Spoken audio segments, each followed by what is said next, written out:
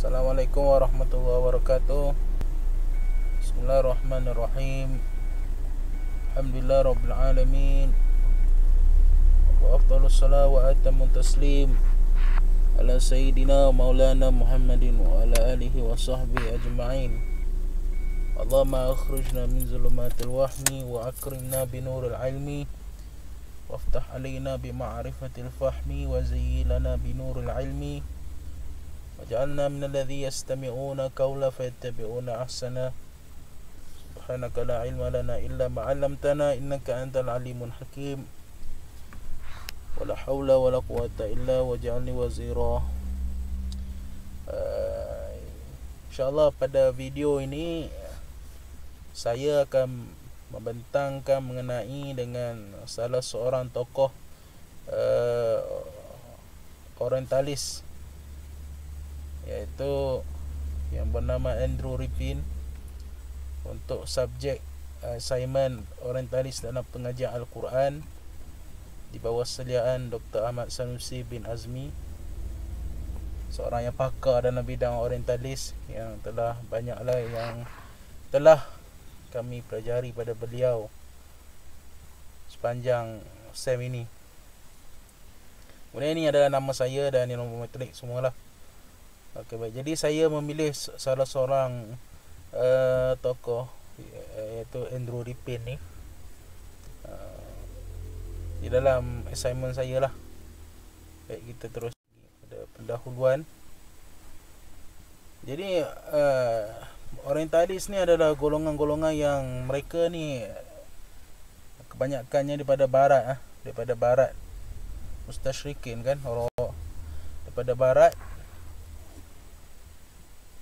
yang mereka ni mengkaji timur.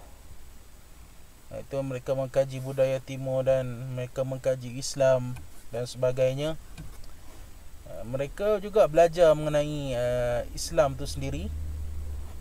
Mereka belajar Islam sendiri sampai mereka tu ada sebahagian tu memang salah seorang yang dikatakan mereka belajar tu sampai mereka betul-betul menguasai ilmu-ilmu Islam tu sendiri. Ini sebagai mukadimah lah. Antara contoh yang paling terdekat adalah seperti Sluk Khorinji. Sluk Khorinji ni dia salah seorang tokoh orientalis yang dia ni sampai ilmu-ilmu alat, ilmu nahwu, saraf pun dia kuasai. Memang dia tahu selok-belok agama Islam tu sendiri. Dan dikatakan beliau telah belajar di bawah asuhan berguru juga dengan Syekh Ahmad Al-Fatani, salah seorang ulama besar yang telah mengajar dan menetap di Makkahul Mukarramah pada waktu tersebut. Sluk Khorinji belajar dengan beliau. Dan mereka ni tidak ada tujuan lain, mereka belajar, mereka mengkaji untuk memberikan kemusykilan ataupun menimbulkan syak wasangka terhadap Islam itu sendiri. Jadi itu sebagai mukadimah. Jadi tokoh yang saya pilih adalah Andrew Rippin, dan beliau telah lahir pada 16 Mei 1990 di kota London. Merupakan seorang tokoh orientalis yang kini menetap di Kanada. Jadi Rippin ni dia menetap di Kanada dan beliau juga adalah seorang dekan Fakultas Ilmu Budaya di University of Victoria, British Columbia, Kanada. Dan beliau adalah orang yang banyak menulis mengenai Al-Quran lah. Banyak. Dia sampai tahap dia ni memang banyak mengkaji mengenai Al-Quran dan tafsir Al-Quran tu sendiri. Banyaklah kajian-kajian beliau.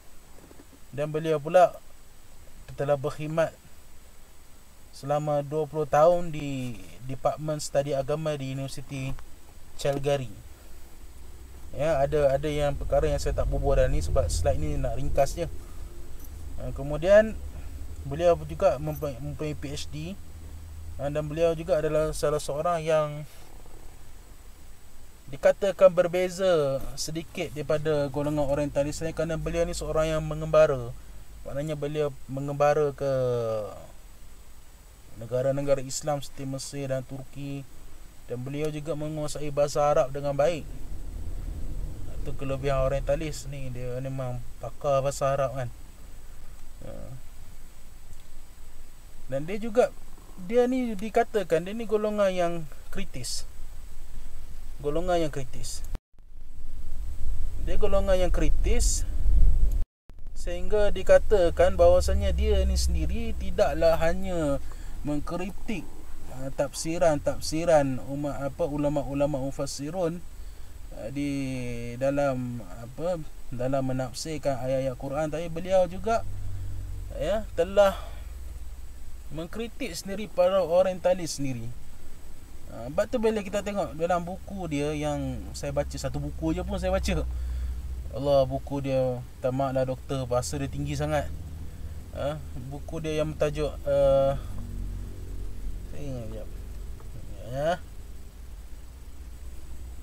yang bertajuk Muslim, dia Religious Beliefs and Practice.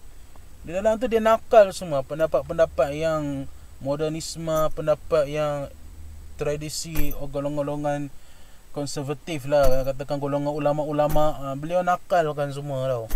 Mana beliau bersikap adil. Kemudian beliau ada jugalah, barulah beliau mengutarakan pendapat beliau. Nanti kita lihatlah nanti.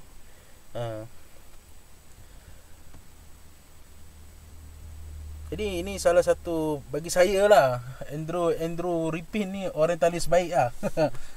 Sebab dia ni tak adalah orang kata kenyataan itu macam nak burukkan Islam sangat, tak juga. Cuma dia ada pandangan-pandangan macam dia ni seolah-olah nak tajdid tafsiran Al-Quran. Tapi yalah, tajdid pun itulah, ada benda nak kena tengok jugalah kan.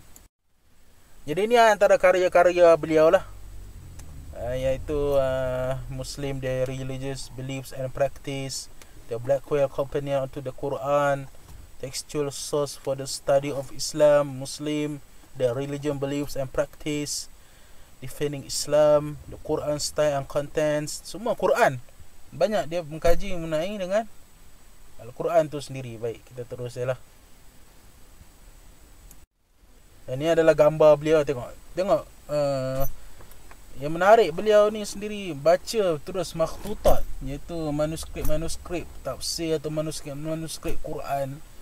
Dan beliau memang mengkaji pada manuskrip tersebut. Dan beliau pun ada janggut kan. Dia ni kalau dia kaji lebih lagi lah, kalau dia ni umur panjang lagi, saya rasa dia ni peluk Islam dah. Cuma tu lah, dia telah meninggal tahun 2016 tak silap saya. Saya rasa kalau dia mengkaji lebih lagi, kemungkinan harus dia ni masuk Islam. Okey, baik. Ini gambar beliau, semuanya dengan makhtutat. Inilah antara sifat pengkaji yang sebenar. Dapatlah kita ambil istifadah. Kalau kita nak buat kajian, pergilah pada sumber asal beliau. Dia kaji pada sumber asal, pada makhtutat lagi. Apa terus? Kemudian metodologi beliau, beliau mengkaji Al-Quran dengan menerangkan latar belakang Quran. Ini seperti mana kita boleh tengok dalam kitab buku beliau yang Muslim Belief and Practice tu. Beliau bila dia nak menerangkan Al-Quran, beliau menerangkan mengenai dengan apa itu Quran, apa dia kandungan Quran, berapa surah dalam Quran, apa Quran cerita, Quran ni percaya apa, apakah akidah-akidah yang diketengahkan dalam Al-Quran, surah-surah dia ni cerita pasal apa, daripada surah ni ke surah ni cerita pasal apa, ketuhanan, surah ni cerita pasal hukum hakam, surah-surah ni cerita pasal kisah-kisah para Nabi. Beliau mulakan perbincangan Quran beliau dengan begitu. Kemudian beliau juga ni nampak beliau ni sangat cenderung di dalam bidang-bidang ilmu tafsir Al-Quran tu sendiri. Cuma adalah pendapat-pendapat beliau yang kita perlu tapis jugalah. Itu metod beliau. Maknanya beliau apabila beliau nak mengkaji mengenai Quran, beliau akan menerangkan Quran tu secara umum dulu. Apa tu Quran? Apa keyakinan? Apakah Nabi yang disebut dalam Quran sebagai contoh? Berapa ayat Al-Quran? Dan sebagainya lah. Boleh tengok dalam buku beliau Muslim Practice and Beliefs tu tersebut. Okay, terus. Jadi Ini antara kritikan-kritikan beliau lah yang saya akan ceritakan. Dan saya bubuh semua dalam saya punya paperwork saya. Cuma dalam slide ni kita nak ringkas dan mudah kan. Jadi itulah tujuan slide pun kan. Ke saya silap? Saya silap, mohon doktor betulkan. Saya rasa tujuan slide ni kita nak apa-apa ya, betul kita cerita lah panjang-panjang. Jadi antara kritikan beliau adalah perubahan teks Al-Quran tersebut. Beliau mengatakan dalam buku beliau terdapat pengkaji-pengkaji daripada barat yang telah melakukan kajian di kota Sana'a, Yaman, dan menemui manuskrip Al-Quran tulisan lama. Dan dikatakan di dalam penulisan lama tersebut bercanggah dengan apa yang Quran yang ada pada mushaf yang kita baca pada hari ini. Contohnya ayat-ayat yang bercanggah, beliau memetik bahawasanya dalam surah Al-Anbiya ayat 112 yang Allah Ta'ala berfirman, qala rabbihkum bil haqqi wa rabbuna ar-rahmanul musta'anu ala ma tasifun. Katakanlah, Nabi Muhammad berkata, wahai Tuhanku, hukumkanlah di antara kami dengan mereka dengan yang benar. Terjemahan dia lah. Jadi beliau mengatakan dalam naskhah yang dijumpai, manuskrip yang dijumpai di kota Sana'a, Yaman tu, tidaklah ditulis dengan qala rabbihkum bil haqq, tapi ditulis dengan qul rabbi hukmi bil haqq, dengan sirah fa'il amar, qul rabbil hukmu bil haqqi, bukan qala rabbihkum bil haqq. Jadi dia argue seolah-olah ada berlaku pentahrifan, maknanya perubahan, maknanya tidak ada amanah di dalam penulisan Al-Quran ni lah. Kemudian penafsiran Al-Quran ikut macam menafsir. Sebab beliau mengatakan bahawasanya seseorang penafsir tu, dia boleh menafsirkan agama Islam tu berdasarkan tafsiran dia sendiri. Ini antara beliau sebut. Jadi semua ahli tafsir bagi pendapat beliau, mereka menafsirkan Quran itu berdasarkan pandangan mereka terhadap Islam tu sendiri. Ini masalah berkaitan dengan tafsiran birra'i lah. Dan beliau mengatakan kalau macam ni, maknanya semua orang boleh menafsirkan Al-Quran ikut acuan mereka sendiri. Itu antara kritikan dia lah. Sebab dia ni dalam usaha untuk, orang kata, mengislahkan ilmu penafsiran Al-Quran ni ke arah kemodenan. Kemudian beliau juga telah mengatakan, 12 minit dah, mengatakan bahawasanya asbabun nuzul ni tidak semestinya tepat, kerana bagi beliau asbabun nuzul ini tidak semestinya dalil-dalil yang dibawa tu sahih. Kadang-kadang ada yang maudhu' dan dipertikaikan. Dan beliau mengatakan asbabun nuzul ni tidak ada faedah melainkan hanya cerita saja. Ini terdapat dalam buku beliau sendirilah. Dan keempat, Al-Quran bukanlah wahyu seperti mana yang difahami, kerana dalam buku beliau tu Ripin telah membawa satu pandangan yang mengatakan bahawasanya Quran ini bukanlah kalam Allah, tapi Quran ini adalah ilham pada Nabi Muhammad, dan Nabi Muhammad yang menterjemahkan pada bahasa manusia dan tidak ada kaitan dengan Tuhan. Tuhan hanya bagi ilham je. Jadi beliau telah membawakan salah seorang tokoh yang bernama Abu Zaid, yang di mana tokoh ini telah mengkritik tafsir dahulu sebagai hanya berdasarkan hukum dan teologi. Maknanya tafsiran dahulu ni terdinding, maknanya hanya berbahasa mengenai hukum saja. Jadi bab-bab lain tak dipertengahkan. Jadi sehingga kan Abu Zaid ni menolak tafsiran Al-Quran yang seperti itu, seolah-olah manusia ni tidak ada hak di dalam menafsirkan Al-Quran. Jadi seolah-olah beliau nak bawa satu pendapat yang semua orang boleh menafsirkan Al-Quran. Maknanya orang kehidupan moden ni kena tafsir Al-Quran kehidupan moden pula, cara moden, tidak terikat dengan tafsiran-tafsiran para ulama kita lah, ulama-ulama, para tafsiran yang muktabar. Di satu, beliau juga menukilkan di dalam buku beliau mengenai nikmat-nikmat syurga seperti bidadari. Ini adalah sebagai bentuk metafora. Hanya saja bidadari dan nikmat syurga tu hanya bukanlah realiti semata-mata. Ini antara dakwaan beliau lah. Ini antara syubhat-syubhat beliau dan pandangan beliau lah. Tapi sebenarnya beliau ni dia bukan kritik sangat pun. Kalau kita baca, dia lebih macam dia nak bawa satu idea Al-Quran ni yang orang moden boleh terima. Dan dia ni seolah-olah macam dia argue mengenai dengan perkara-perkara ghaib dalam Al-Quran tersebut. Dan bagi pendapat dia, Al-Quran ni bukannya berdasarkan hukum aja. Bukan berdasarkan maknanya tidak ada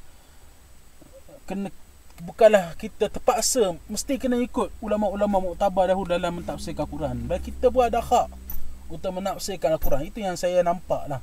Mungkin saya salah, tapi apa yang saya nampak, beliau cuba mengetengahkan idea tersebut. Maknanya kalau orang dulu boleh tafsir Al-Quran, kita pun boleh tafsir Al-Quran juga.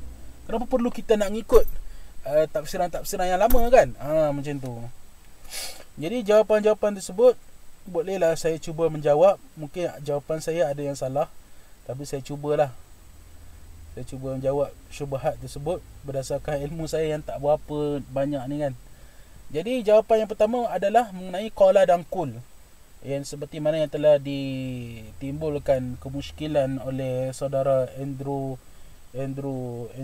apa nama dia tadi, Andrew, Allahu Akbar, saudara Andrew Ripins disebut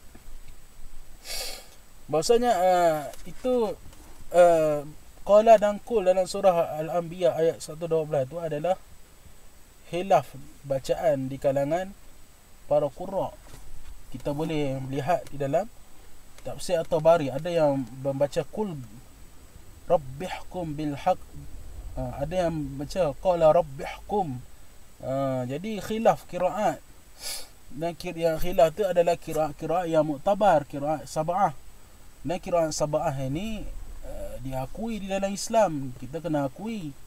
Jadi tak bolehlah dia nak argue yang Al-Quran yang kita ada ni salah, tak ikut yang kefahaman yang susunan yang sebenar. Tak boleh, sebab dalam Islam sendiri mengiktiraf 7 qiraat yang masyhur tersebut. Sampai qiraat 7 ni adalah mutawatir. Nah, kalau apa hukumnya kalau orang tidak akui perkara mutawatir tapi dia kafir kan? Dalam mana qiraat 7 ni mutawatir. Kalau saya silap minta maaf lah, tapi mutawatir. Semua bacaan tu semuanya ada sandaran, sanad je. Jadi kita tak boleh nak argue lah. Itu antara kritikan pertama lah. Kemudian dia katakan, apabila kita kata qala rabbihkum, telah berkata lah, dia kata qala tu menunjukkan bukanlah itu ayat Quran, tapi itu adalah ayat orang yang membaca Quran. Mana orang yang baca Quran tu qala rabbih, bukan pun ayat Quran. Itu sudah tak boleh lah. Banyak dalam Quran yang sebut menggunakan istilah qala ni kan. Mana boleh kita cakap macam tu. Kemudian yang kedua mengenai dengan tafsir. Beliau mengatakan semua orang yang menafsirkan Quran mempunyai pandangan peribadi mereka terhadap Islam. Sedangkan kita belajar, ya memang betul, setiap orang yang layak, yang sudah ada ilmu nahwu, saraf, balaghah, mantiq, badi', wadhu', istiqaq, kemudian tahu usul fiqh, usul tafsir, kemudian tahu pula mustalah hadis dan sebagainya, ya dia layak mentafsirkan Al-Quran, tetapi tidaklah sampai tafsirannya itu jauh daripada makna yang sebenar. Tak boleh. Tafsiran itu mesti berdasarkan skop yang sesuai dengan nas-nas Quran hadis juga sebenarnya. Kalau dia nak membawa tafsiran dia sendiri pun, dia mesti kena ada penyokong-penyokong dia. Kalau kita boleh tengok contoh antara tafsir Birai Imam Fakhruddin Ar-Razi itu sendiri, kalau dia mentafsirkan Quran, dia akan bawa ayat Quran lain, seolah-olah berlaku tafsir Quran bil Quran juga dalam penafsiran tu. Kadang dia bawa mari hadis, kadang bawa mai kata ulama dan sebagainya. Cuma kalau dia nak tafsir Birai itu, mestilah dia ada sandaran dia sendiri, dan perkara itu dibolehkan, dan bukanlah itu sebagai makna pandangan peribadi beliau terhadap Islam. Tak, itu bukan pandangan peribadi beliau terhadap Islam. Itu adalah pandangan tafsiran beliau yang merangkum, yang ada skop, ada had, ada batas. Jangan tafsiran dia melampau sampai peringkat tafsiran para para ahli Syiah, tafsiran yang melampau sangat. Begitulah. Jadi tidak juga kita tafsir Quran, kita mesti duduk dalam kerangka ahli sunnah wal jamaah. Bila masa pula kita mentafsir Quran tu, kita buat Islam pandangan kita sendiri. Tak boleh macam tu. Itu sekadar jawapan saya lah kan. Kemudian yang ketiga mengenai asbabun nuzul, beliau katakan asbabun nuzul ni macam tak perlulah. Ini bukan kitab sejarah. Macam tu lah beliau mengatakan kan dalam kitab beliau. Lepas tu dia kata pula dalam asbabun nuzul ni ada yang kita boleh argue sebab bukannya semua tu berdasarkan hadis yang sahih. Benda ni juga tak boleh lah kita nak kata sebab asbabun nuzul pun kebanyakannya hadis-hadis sahih juga. Kalau kita tengok dalam Lubabun Nuqul Imam Suyuti banyak mengambil hadis-hadis sahih untuk menyatakan satu peristiwa tu berlaku. Dan bukan kita kata bila ada asbabun nuzul tu Quran jadi bahas sejarah, bukan. Sedangkan bukan semua ayat dalam Quran tu ada asbabun nuzul, sebahagian sahaja. Itu yang ketiga lah. Kemudian keempat mengenai wahyu. Dia kata dia membawa pandangan, ada mereka mengatakan Quran ni bukan wahyu, tapi Quran ni ilham saja. Ilham Tuhan bagi macam ilham nak tafsiran macam mana ilham ni? Macam kita tengah fikir-fikir tuk dapat ilham macam tu lah kot. Jadi tak boleh, itu telah dinafikan sendiri oleh Quran. Quran sendiri sebut wa ma yantiqu anil hawa in huwa illa wahyu yuha. Kira Nabi itu berkata dengan perkataan yang berhawa nafsu, melainkan semuanya daripada wahyu Tuhan belaka. Tak boleh lah cakap macam tu. Kemudian dengan beliau mengatakan mengenai dengan perkara-perkara gaib, macam nikmat syurga, siksaan neraka, bagi dia tu metafora. Beliau menukilkan pendapat itu semuanya bukanlah makna yang hakiki. Sebenarnya asas bagi pegangan akidah orang Islam itu sendiri adalah beriman dengan perkara gaib. Dan kita kena yakini bahawasanya siksaan api neraka, nikmat syurga tu bukan perkara yang mutasyabihat. Perkara itu perkara yang qat'i, yang jazam. Dan siapa yang mengingkarinya boleh cedera iman dia. Jadi kita tak boleh nak takwil-takwil seolah-olah itu semuanya metafora. Itu bukan yang mutasyabihat, itu ayat yang muhkam. Begitulah yang saya boleh jawab. Kemudian cara kesimpulan yang saya nampak di sini adalah beliau ni merupakan orientalis yang nampak ingin buat perubahan pada dunia. Beliau tidaklah mengatakan beliau ni seorang yang orang kata kritik, kutuk Islam. Tak ada. Beliau macam melontarkan idea-idea supaya Quran dia dijenamakan semula berdasarkan kaedah-kaedah moden, dan jangan terikut dengan tafsiran para mufassir dahulu. Itu yang saya nampak beliau cuba ketengahkan. Tapi tak boleh lah. Tafsiran muktabar kita tak boleh tinggal, kerana ilmu tafsir Al-Quran ni adalah satu ilmu yang paling ketat sekali. Bukan semua orang layak jadi ahli tafsir, melainkan mereka yang betul-betul menguasai, tak silap saya, 13 atau 14 cabang ilmu dalam Islam. Kena tahu nasikh mansukh, kena tahu mana muhkam mutasyabih, kena faham kaedah usul fiqh, kena faham usul-usul tafsir, kena faham ada akidah pun kena jelas. Lepas tu pula kena seorang yang menguasai ilmu-ilmu lughah. Ilmu lughah tu pula terpecah pada 13 atau 14 menurut Imam Suyuti. Macam kuasa itu barulah dia boleh tafsir Al-Quran. Adapun yang hari ni yang kebanyakannya bukan tafsir Quran, dia hanya baca tafsir orang je. Bukan dia tafsir Al-Quran tu sendiri. Sebab man fassara Quran bi ra'yi fayatabawwa maq'adahu minan nar. Siapa yang menafsirkan Quran dengan pandangan sendiri, fayatabawwa, maka sediakanlah tempat duduknya maq'ada minan nar, di dalam tempat duduknya di dalam api neraka. Sebab tu mereka yang cuba nak menafsirkan Quran kepada cara yang moden ni kena bermuhasabah, adakah mereka betul-betul menguasai segala ilmu-ilmu yang dalam Quran tersebut, sampai mereka seolah-olah nak tolak segala ilmu-ilmu tafsir macam Ibn Katsir, macam Fakhr Razi, macam tafsir Khazin, Jalalain, Suyuti, dan tafsir Syari dan lain-lain. Mereka nak tolak, nak buat tafsir yang moden. Kena muhasabah lah. Bukan semua orang boleh menafsirkan Quran tu sendiri. Jadi itulah yang saya nampak. Dan beliau ni bolehlah dikatakan seorang yang memang dia suka mengkaji.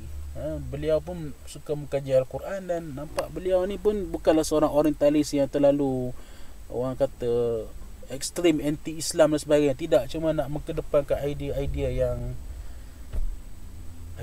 lain di dalam penafsiran Al-Quran semula. Tapi kita sebagai umat Islam tak boleh lah, sebab kita ada metod kita dalam tafsir Al-Quran ni. Bukan semua orang yang boleh menafsirkan Quran, tidak gitu. Jadi saya ingat sampai di situ sajalah. Mohon maaf kalau salah silap. Qul qauli hadza wa astaghfirullahalazim li wa lakum. Assalamualaikum warahmatullahi wabarakatuh.